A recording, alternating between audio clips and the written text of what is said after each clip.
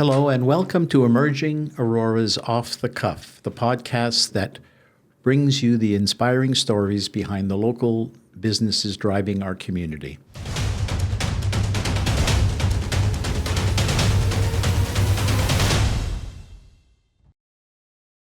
I'm your host, Vern Cunningham, and today we have something unusual and of interest to the entire Aurora community. We normally speak with Aurora business owners, but our special guest today is Mr. Tom Mrakas, the Mayor of Aurora. Welcome, Mayor Mrakas. Hey, Vern. Thank you. Thanks for having me. Oh, you're welcome. Now, I have a number of questions for you, and please feel free to expand on them in any way you see fit. Sure. What we're trying to do here is give people more knowledge about the town of Aurora and where it's going and so on. The first note I have here is Aurora is a beautiful and fast-growing community. I've lived here for 35 years, so I've seen the growth and I've seen a lot of the good things about the town. How would you convey this reality to attract investors and new businesses? Well, I mean, ultimately, what we like to say about the town of Aurora is, and what brings that charm and makes this place so special is the fact that we do have a bit of a small town charm, but yet we have a lot of big city amenities available to whether it's our businesses or our residents. And we're strategically located, and you know this, Vern, that we're right off the 404. We're kind of in the middle of York Region, and I always say to everyone at York Region that we are essentially the center of York Region.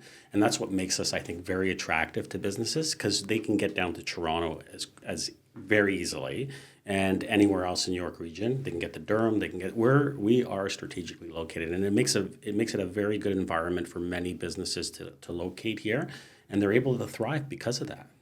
Mm-hmm. One thing I've noticed too, and you haven't mentioned it, but I think Aurora is one of the few communities, if not the only one, that has access to two different rail lines going to downtown Toronto.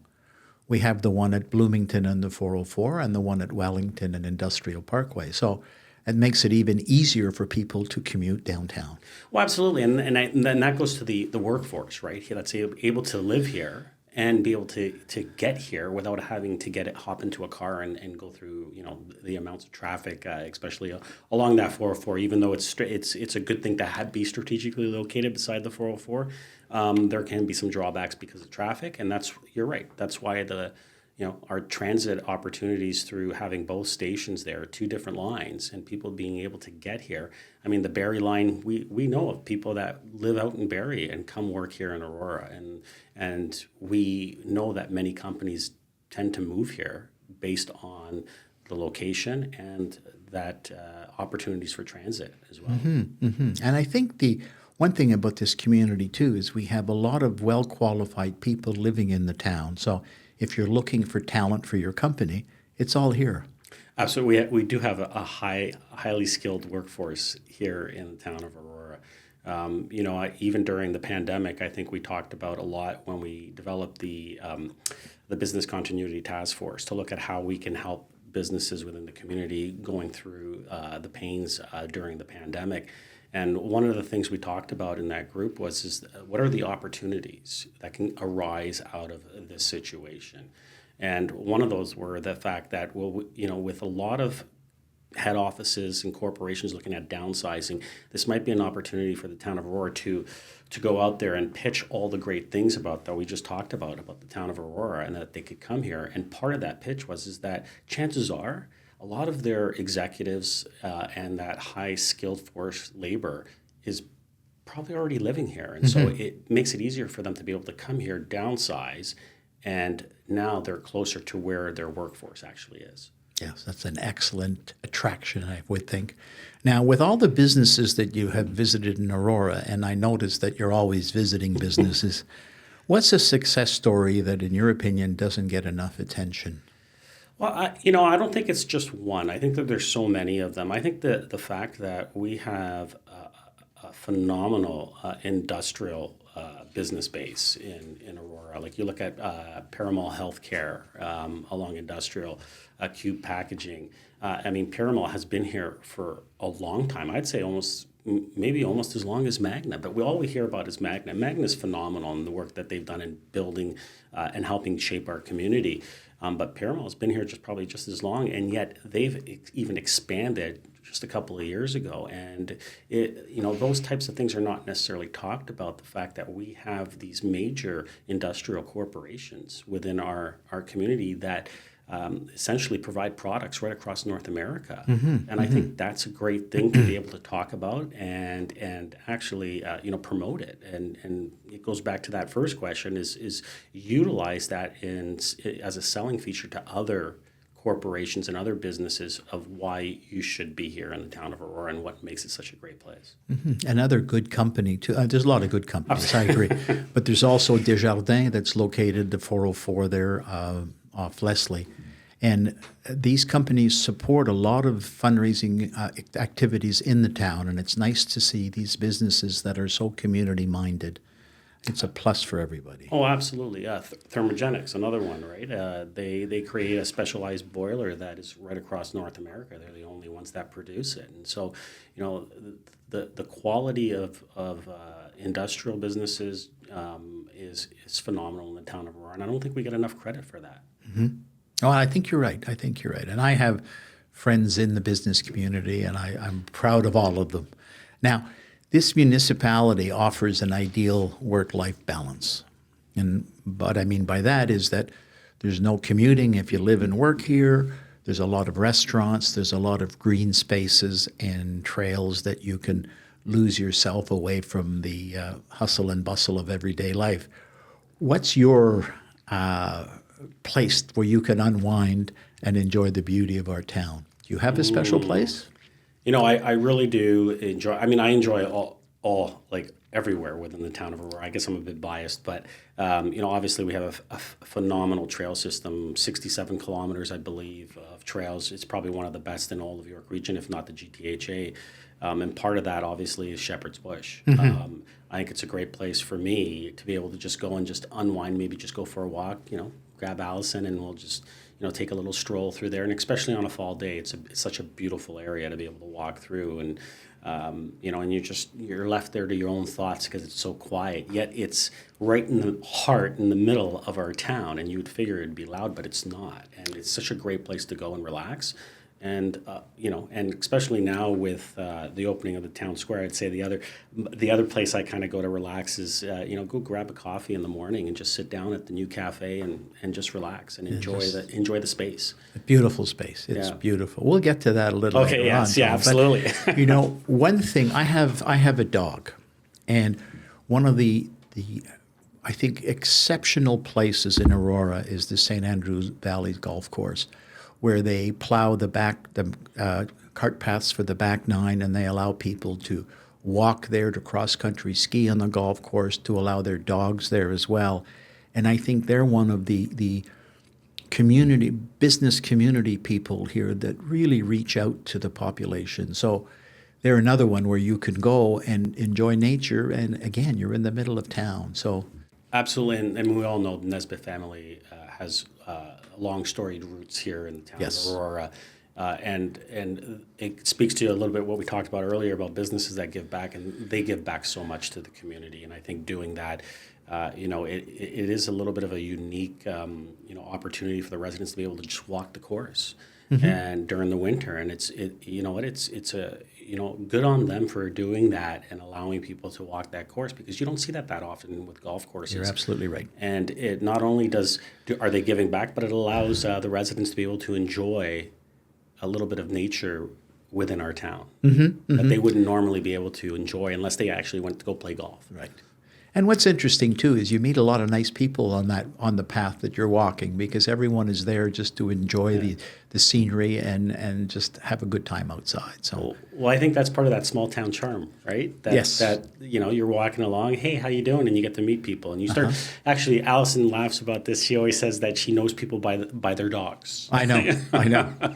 The same thing with me. People don't know my name, but they know my dog's name, and that's okay. Yeah, that's okay. That doesn't really matter. Now, this is a nice one because we recognize in most of the meetings that the town holds that the Indigenous people of Canada, still through treaties that were made many, many years ago, are being acknowledged for the fact that we are sharing the land with them, and we are doing it because they allow us to do that. Now, the lead in there is that a lot of the different tribes across Canada have spirit animals that represent the tribe or people within it. So if Aurora had an official mascot, like a corporate spirit animal, for example, what would it be and why? And you can't suggest a groundhog because that's already taken. If I give it some thought, first thing that comes to my mind is a hawk. They're sharp, forward thinking, and I think that kind of relates to the way we are in the town of Aurora. And when you think about a hawk as well, they soar very high, but yet they're grounded in their community. They're focused in certain areas, and I think that's what Aurora is all about. We like to soar high. We like to be forward thinking, and we work hard, but yet we're grounded in our community, and we make sure that our community comes first. And so, to me, I think that would represent us very well. Good choice. Hawks are beautiful creatures. Absolutely. Just beautiful. We have quite a few in Aurora, and that's why it kind of comes to my mind because I see them, especially along St. Andrews College there, along Young Street. There's a few that are always there. I think that's where they live. Are they students or are they? Well, one never knows. That's you never know. Okay, what's been the challenges you've had in trying to revitalize the young Wellington downtown? I think there's the challenge has always been about how do we grow in a responsible way, but yet maintain our historic presence in the downtown. And it's a very fine balance. And I think we've started in a good way. Obviously, with the town square, I think has been a game changer. And has allowed us to kind of really invigorate the spirit of that downtown and start that revitalization process. And now there's going to be those challenges about growth. I mean, we hear it all the time about the housing crisis. We hear about we're going to see lots of intensification. But yet we still want to make sure that it's done appropriately within the downtown. We want to grow there, but it needs to be done Aurora specific. And, and I think those are the challenges that we face as we move forward. But I don't believe that they're challenges that we can't overcome. And I think we're starting down a really good path on some of the plans that we're looking at moving forward with and working with the businesses and the property owners in the downtown on how do we collectively create a vision of what the downtown will be, come 2035. Mm-hmm. A lot of people compare the Aurora downtown with Newmarket downtown. But a lot of people are not aware that the limitation we have is that Yonge Street is a provincial highway. And that comes with a lot of things that the town cannot do. So it's a very bad comparison to compare the two because we're restricted with that and they are not. Absolutely. I mean, everyone always says, "Well, I wish we were more like Newmarket." I mean, there's two folds when it comes to their downtown. I mean, if you look at it, the one thing that they did back in the day, and if anyone, I'm sure you remember, Vern, the area really wasn't the best area. Riverwalk Commons. It was a bit of a seedy area. Yes. And what happened? The municipality took it upon themselves, had some property, invested back into the community, into the area, and then slowly businesses started coming in. Well, that's where we're at. We've invested in our community. We've developed the town square, and now we're going to start to see the benefits of that investment into our community, and so we're going to change. But you are right about the Yonge Street aspect of it, but I think it's not a hindrance. It's actually, I think it's a positive. I think it's something that can create a unique atmosphere for that downtown, that certain things that we do will get acknowledged, I think, right across the GTHA, where they'll say, hey, do you know that the town of Aurora and what they do, and with that Yonge Street, whether it's shutting it down as we do for the for the Chamber Street Festival, there's a lot of things that we're looking at really moving forward with and doing more of those types of things that I think will start to build recognition right across the province, where people will recognize that there's something unique happening in Aurora. They've shut down Yonge Street on occasion and have events, and to me there's opportunities to do special things. Yeah, I think obstacles are there to be overcome, not to stop you from doing things. And that's what you're saying, is that Absolutely. we just work around it. And that's really what it's all about. And that's what's nice about Aurora. You know, they don't give up. Okay, now, I heard that you received an award yesterday. And can you tell us a little bit about this wonderful thing? Absolutely. I got to make sure I get the name right. It's the economic. Oh, thank you, Vern. You're welcome. I appreciate it. I just want to make sure I get the actual name of it correct. So it is the Economic Development Council of Ontario. Last year, I guess a shameless plug for myself. Last year, I won the Hazel McCallion Leadership Award, and this year, the town of Aurora was up for an award and I got to get. I think economic development. It was for economic development, but I want to get the name of the award correct as well. So the name of the award was the Visitor Attraction and Tourism Product Development, and it's for population under 100,000. And we won this award in regards to our partnership with the cybersecurity escape room with CyberX, which was one of those things that I think that we're being very creative in the downtown of being able to provide these new things, new programs, new events that are happening that are unique.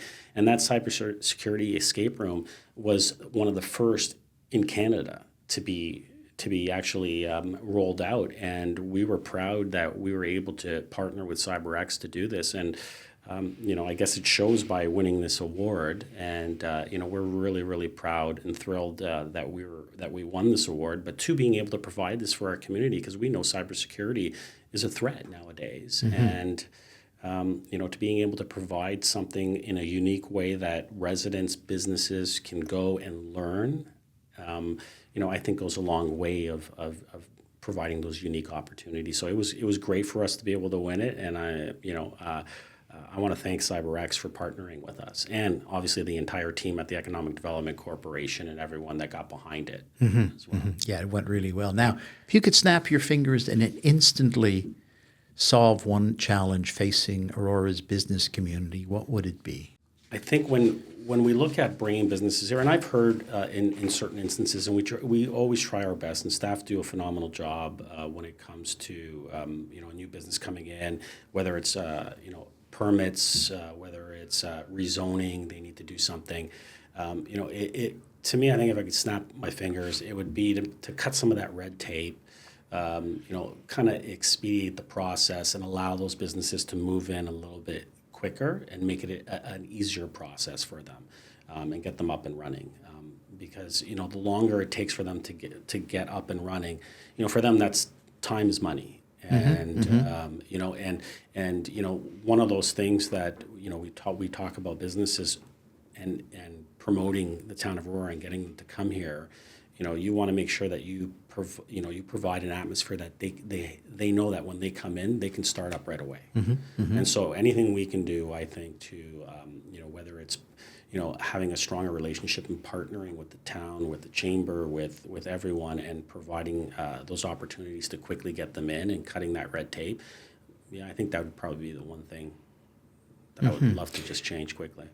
We would all want to cut red tape. Yeah. Everyone wants to do that. But the reality is there are some things that you have to do based on the Municipal Town Act, based on the region, based on the province, and based on the federal government. So a lot of times people are not aware of the limitations that the planning department may have. Absolutely. I mean, it's not about saying that, well, you know what, we're just going to just hand you over a permit. You still need to go through what is legislatively required. But it's about making sure that you do it in a very efficient manner. And I think that's what we pride ourselves. And I think we do a good job, and staff do a phenomenal job in doing that. But I think that if there was a way to maybe even get the province involved and have them maybe make some changes to certain legislation that allow for things to be just a little bit quicker, because it's not just about housing. They've done it on the housing file a little bit, as far as making some necessary changes that speed up the process a little bit, but they haven't necessarily done it on the business side. Yeah. And so I think that they need to look at both aspects, because you can have housing, but if you don't have the business to back it up, you don't have a complete community. Yeah, you need all the cogs in the wheel and the engine to make it work. But housing, for a sec, my perception, and maybe it's the perception of others, I don't know, is that the provincial government wants low-cost housing and wants more housing, but their laws prohibit that from happening because developers don't want to put it up because of provincial rules. And what that means, if you rent out something to a tenant, I've heard stories where it takes up to 2 years before you can get before a judge to have them evicted if they're not paying their rent. So if you're an investor, why would you want to put up a building for people to rent if people can get away with not renting or not paying, I mean? Well, no, for sure. On the rental side, absolutely, Vern. I mean, I think that, obviously we're in a provincial election. Whichever party forms government, I think that they really need to take a hard look at the Landlord Tenant Act and make some adjustments. I mean, you have bad actors on both sides. Of course, right? Of course. And too many times I think with legislation, what happens is that the pendulum swings from one end all the way to the other, and it never works out appropriately. And so they need to find the balance of how do we ensure that we're protecting both sides, but at the same time allowing for some rentals to be, below market value to provide some true affordability. And that's the tough part, because, when it comes to affordability, everyone talks about affordability. I've talked about this a couple of times with others, and the fact that, the unfortunate thing is that the market's going to dictate the price on housing. Yes. You cannot change that. We just talked about it a few weeks ago that, the square footage price for a unit is roughly anywhere from 1,200 a square foot to 1,400 a square foot. So by definition, if you want something to be affordable, which is about 550,000 in York region, you're looking at about a 400 square foot unit. Yeah, it's kind of hard to live in that. Exactly. Yeah. No one's going to buy that unit, and no one wants to build it because no one's going to buy it. Right. And so therefore, you can't get to that number realistically in a market-driven economy. And so the only way to get to that true affordability is for all levels of government to intervene and essentially provide subsidies. So we're talking about subsidized housing, essentially. And that's fine. And there's nothing wrong with that. Yep. But I think that we need to have that honest conversation. And I think people aren't having that conversation. They just throw out the word affordable and say, well, we should be building affordable housing. As the mayor of Aurora, and I've told council this many times, our objective, our job, is to provide a diverse housing stock. So we need to put in, through our official plan, which we've done, opportunities for developers and development community to build whether we're going to have some condos, you're going to have some duplexes, triplexes, you're going to have some bungalows, we want to see that diverse housing stock. And what we're doing is providing opportunities for people to break into the market here in the town of Aurora. I mean, ultimately, I'd love to see everyone be able to live here and actually understand what makes Aurora so great and why we are so great. And I want them to experience that. But we need to provide those opportunities. And I think we do that by providing a diverse housing stock. Absolutely. I think you're totally right. And being aware of it is halfway to solving the problem. If you put your head in the sand and say it doesn't exist, then you'll never address the problem. Oh, absolutely. Thank you very much on that point, Mayor Mrakas. You're welcome. Now, is there anything that Aurora can do to make sure its businesses are resilient against future economic curveballs? For example, this tariff issue, and I don't want to get into the politics behind that, because as a municipality, there is virtually nothing you can do about that. But there's other things that happen that the town can help, such as, I'll give you an example and we can expand on that, such as instructing your purchasing department to favor Canadian manufacturers versus international suppliers. Absolutely. So what we have done is I actually gave direction to staff to bring a new bylaw with some amendments for our procurement policy to allow us to have a preference for Canadian-made products and services. We're also going to implement some components within our procurement policy that allows us to, if there's ever any country or anyone that is no longer adhering to national trade treaties, that we could ban that country from bidding for anything that we put out for an RFP. And so we are looking at strengthening that. Obviously, through Engage Aurora, Emerging Aurora, the Economic Development Corp, I know the Chamber, all of us are working to promote buy local. Right, to ensure that that we're constantly making sure that the businesses in our community are favored to our residents, and our residents go to those businesses. The one thing I do caution everyone on, I mean, everyone I think knows that I love supporting our businesses, love going out and seeing them.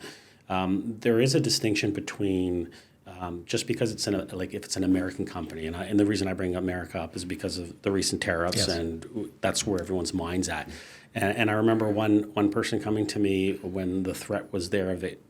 We were about a couple of days away from it, coming to fruition, and they said they're going to boycott Starbucks because Starbucks is an American company. And I tried to explain it that yes, they're an American company, but the franchise is owned by a Canadian, and they hire Canadian people within our economy, within our, they're residents of ours probably, and they're working there. And so if you boycott them, you're hurting that franchise owner who's a Canadian, and you're hurting those Canadians that have a job there. And so we need to be cautious. Not only that, you're hurting the truck drivers that deliver the coffee beans to them. You're hiring the staples type of stores that provide all kinds of items to make the business run. So it's not only very little of it is Starbucks US, it's more our community. You're absolutely right. Absolutely. So and that's why we need to, when it comes to that, we need to look at it in a more holistic way instead of just, very, very a narrow view of what's happening and saying that, well, we don't want to buy, in this case, American. And you automatically just, that's an American company. But you have to look at all those things that we just talked about as well. If they're providing, whether it's American or international, if they're here in our community and they're providing jobs and they're part of our local economy, we really shouldn't be looking at, damaging them, because then that hurts our economy right here as well. Well, it's the same thing with Canada imposing tariffs on goods coming in from the States. All we're doing there is taxing Canadian citizens. We're not harming the Americans because they're selling it for the same price that they did before. So you're right. We have to think a little bit more logically and be a little bit intelligent on our approach to combating it. No, absolutely. I mean, and not to get too political, but I would say that there's things I think that the good thing that has come out of this whole situation with the tariffs, I think, is allowed all levels of government to start to have those conversations. Just like we're looking at strengthening our procurement policy and putting in some new, amendments to it. The same thing is happening at the provincial level. Same thing's happening at the federal level. I know everyone on a federal level is starting to talk about interprovincial trade and the fact that essentially we have tariffs going from one province to the other. Doesn't make sense. And so we should look at changing it so we're not competing against each other. We're all working together. And I think those are the things that have come out of this that are a plus and a positive thing for not only for whether it's Aurora, Ontario, but for Canada. And so I always say you always try to look for those opportunities and the positives out of every situation. And there always is something there that you can turn into a positive. I think one big positive about this tariff thing in the United States, it's brought out the patriotism in the citizens of the country. Well, absolutely. Canadians don't go around waving flags all the time and saying, look how good we are. We just go through our daily life until we're threatened, and all of a sudden we all come together to support the country. And I think it's marvelous. Absolutely. Absolutely. It's great. Okay, now I'm going to go on to a little bit of a bugbear that I have. Okay. So please forgive me if I put you on the spot of this. I was in the Santa Claus and the July 1st parade, and I noticed that I was very disappointed that I didn't see a lot of the council members in attendance for these parades honoring our town and season of the year. Would you like to see council more involved in Aurora celebrations such as the Canada Day and the Christmas or the Santa Claus parade? Absolutely. I mean, the easy answer is absolutely. I think it's important for those that are in leadership roles within our community. So council, our MPPs, our MPs, myself as mayor, to do our best to be out for those events and show the community that we're there to help promote the town. We're there to, be the cheerleaders essentially. And, I think that is extremely important. With that said, I will say that, sometimes there are some things that, someone might be on vacation or and they might not be able to attend. And, those things do come up. Yes. And so, I'd hate to say that, someone didn't show up because they just didn't want to show up. But at the same time, they have obligations in other ways of, whether it's family or other things or business. They are part-time. But I think that all of us should do whatever we can to make sure that we're at those events and show that the community that we're all here together and celebrating not only the town but those specific events too, like especially Canada Day. That's such as you mentioned, a patriotic way of being able to fly the flag and say, hey, we're proud not only to be Aurorans but Canadians. And the weather's usually quite good that time of year. Absolutely. We've been very lucky. One other thing, and I've said this to a number of people, probably not to yourself. There's a lot of organizations in Aurora that help out people that need a hand.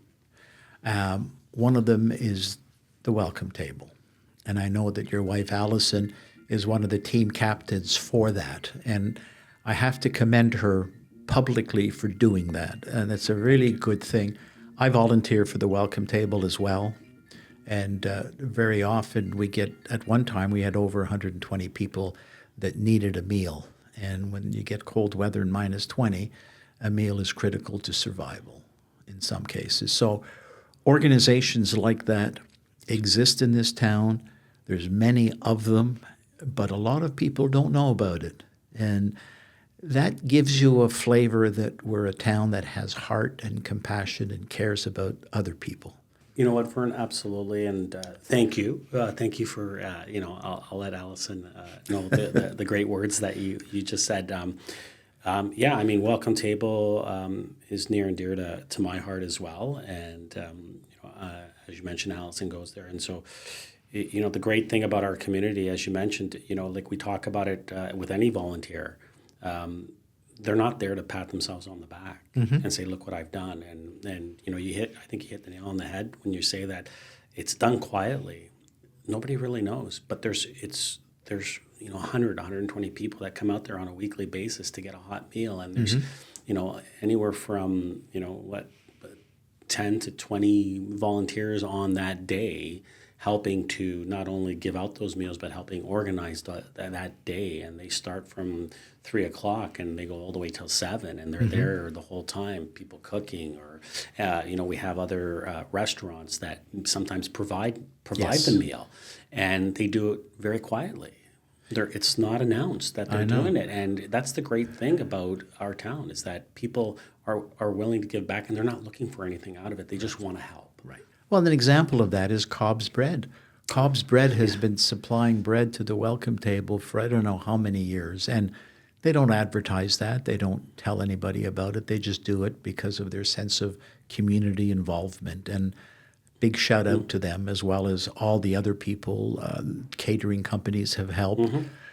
Cake people have donated cakes around Christmas and turkeys and so on and so forth. And the thing about the Welcome Table is they feed this amount of people for less than $500 a week. It's unbelievable. I don't know how they could keep doing that. And it's a nutritious meal, vegetables, desserts, everything. And a lot of the volunteers cook desserts, cookies, cake, and so on, and donate it. So wonderful organization. And again, I don't want to minimize or scorn any other organizations because there's many of them in the town that do similar things for the community. No, I mean, absolutely. And that goes to saying that, like what a great community we are, a community, and I think a couple of us have said this many times, community's not just about the bricks and mortars. It's not just about the historic buildings. It's the people that live here. And we are truly blessed in having incredible people that come to this community, decide to, raise their family and make this their home. And, it's the people that make Aurora so great. Absolutely. And we'll make it grow and become even better. Well, Absolutely. Thank you, Mayor Mrakas. It was really a pleasure seeing you again, and I see you at a lot of events, and I thank you for what you do for this town. Thank you so much, Vern. I appreciate the opportunity to come sit down with you. It's always lovely to chat with you. Take care and have a great weekend. Thank you. See you around town. Absolutely. All right.